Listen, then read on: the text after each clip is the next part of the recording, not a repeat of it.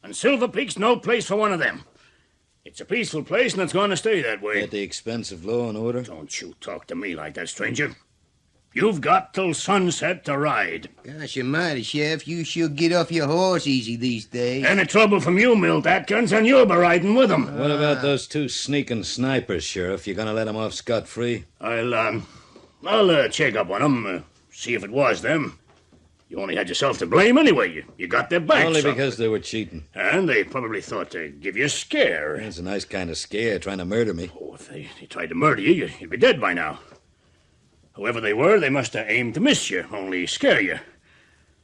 The north trail's that end of town, the south the other. Take the one you want before sundown. Sheriff marches off, the crowd goes about its business. I make my way down the boardwalk till I come to the general store owned by Sean Werris. Well, like I told you in the letter, Marshal, the sheriff's letting gamblers and card shops get away with everything but murder. And once I can remember, he wouldn't even let big-time gamblers near the town. But he's relaxed his laws awful sudden. You said something about rustling in your letter, huh? Yeah, there's a lot of it going on around these parts. 15 to 20 head from here and there every night, every second night. What's the sheriff doing about that? Oh, he promised he'll find out where they're going to, but he never has. It's kind of strange that none's gone from Fred Ralston's head, though. Why is that? Well, of course, the sheriff's daughter, Julie, is about to marry Ralston's son. He's a very rich man, old Ralston. His son's going to come into a lot of money someday. You don't suspect that the stolen beeves might be going into Ralston's herd? Oh, no. Old Ralston's as straight as the day is long.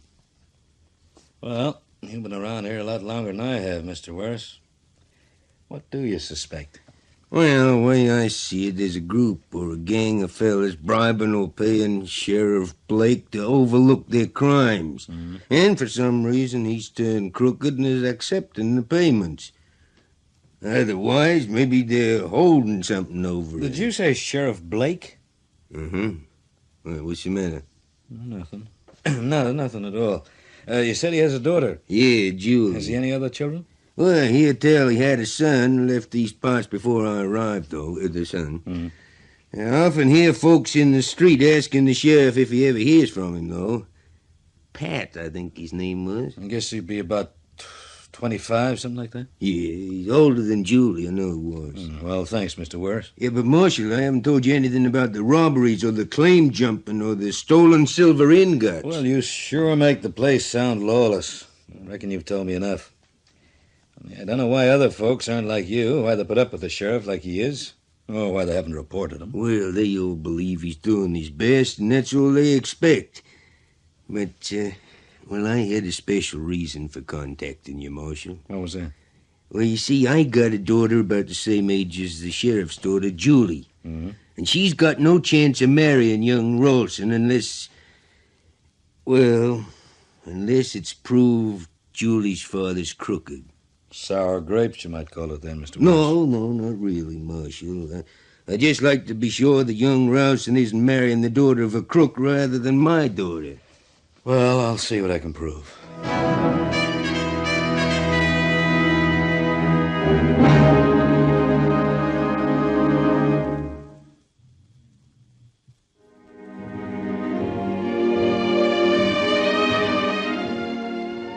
Sean Werris tells me the sheriff's surname is Blake. Rings a bell. So I go and see him. You're not gone yet, stranger? No, Sheriff, I want to have a word with you. I've said all I'm going to say to you. Sheriff, you see this badge? A marshal? Yeah, Morgan from Dodge. Now I'm closing the door. You're not Morgan from Dodge. I've seen pictures of him. Maybe you'd find it easier to recognize me if I didn't have this growth of beard. I'm carrying papers to prove it. Oh. What are you doing down here? I was called down here to investigate your behavior. My behavior? Yeah. I reckon it leaves a lot to be desired. What do you think you're up to, Sheriff? Who called you down here? That I'm not saying. But I'll tell you how much I know. You've got a son, he rides the Owl Hoot Trail. How do you know that? I've seen circulars and dodges with his name and picture on. They get as far as Dodge? Yeah. I should have guessed so. I've been tearing up everyone I get here, trying to keep the news from reaching folks. Well, at first I thought you were the outlaw. Your son looks so much like you, only younger. Anyway, to continue, about 4 months ago, your attitude towards outlaws changed. You start to close your eyes to their activities. Why? Are you being paid to do so, or is somebody blackmailing you to keep your son's reputation in the quiet? Huh? Why would anyone want to blackmail me? Oh, I know your daughter's engaged to be married to a young fellow called Ralston. I don't think her dad would let the marriage go on if he knew your son was a bandit and a wanted murderer. All right, Miss Sheriff. Perfectly right so far. What else do you know? Nothing. Now I'm asking you to fill in everything else. I'm asking you to tell the truth. I appreciate difficulties a sheriff like you might encounter, and I'd kind of like to help you. If I can, and if you want me to. I don't need no help, Marshal. Thanks all the same, but I sure feel a fool treating you like I did. Forget about that. But you gotta understand that you was interfering in my plans. What plans were they? Plans to trap Zimmer and his gang. Trap him? Didn't look that way to me. I hope it didn't look that way to anybody. Zimmer, he was a card player, wasn't he? Lefty's pal? Lefty's boss. Okay, go on. Well, Marshal, about 4 months ago, I was working late in the office here when Pat, my son, turned up. Zimmer was with him. I know all about Pat's antics since he left home, and I wanted to arrest him there and then, only Zimmer was smart. He'd planned things and struck a bargain. What sort of a bargain? He leads a gang, though nobody knows it. One of the cleverest gangs in the West. They have a finger in every pie. He's got men organized everywhere. Oh. Well, where there's a boom town like Silver Peak, now that the mining's really caught on, they move in. Some of them is teams of card shops. Others buy up ranches cheap when the owners get the craze to mine, and then they rustle from neighboring ranches to build up their herds. Others are organized into looting bands, robbing the Wells Fargo coach, taking the ingots to Frisco. All sorts of tricks like that, and the amazing part about the organization, none of them ever let on that they know each other. What was this bargain that was struck? Well, Zimmer and Pat explained that they were going to let me in on their operations, provided I gave them a free hand. They even offered to pay me $200 a month to leave them be. You accepted? Let me finish. But they told me that if I tried to stop them, there was nothing surer than that I'd be killed. And the secret that Pat was an outlaw would be let out to everyone in town, especially old rancher Ralston, so that he'd never let his son marry Julie. And, Marshal, I didn't care much about myself, but I did want Julie to have happiness more than anything else in the world. So you agreed? Well, I felt I had to, Marshal. I can understand, Sheriff. Only when I had time to think, I realized I was doing the wrong thing, and I thought of a way to trap Zimmer and his gang, and I've been putting it into practice. What's that? How? Well, I've carried out their instructions. Helped them all I can, as you probably saw this afternoon. Yeah. But I've been keeping an eye on them all. Even though I didn't know all the members of the gang when Zimmer started up here, now I know most of them. I know who's got the stolen silver ingots and the rustled cattle.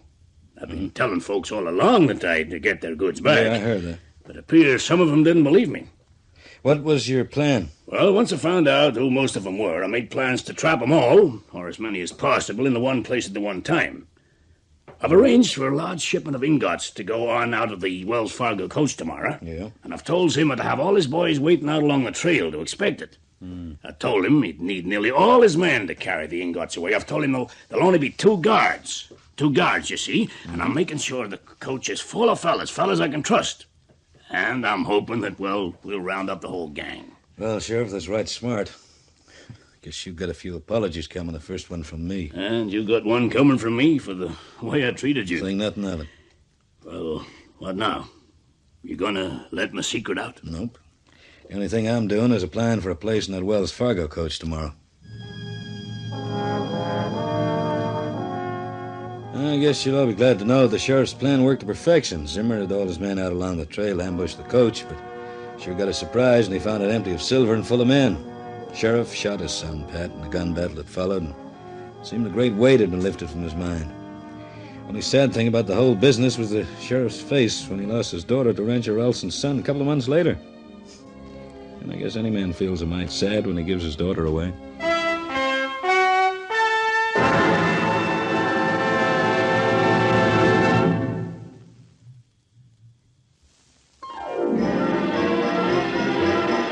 Join us again next week as Matt Morgan fights to bring law and order out of the wild violence of the West in Gunsmoke. Gunsmoke is written by Russ Ryder and produced by Jim Bradley for Artransa.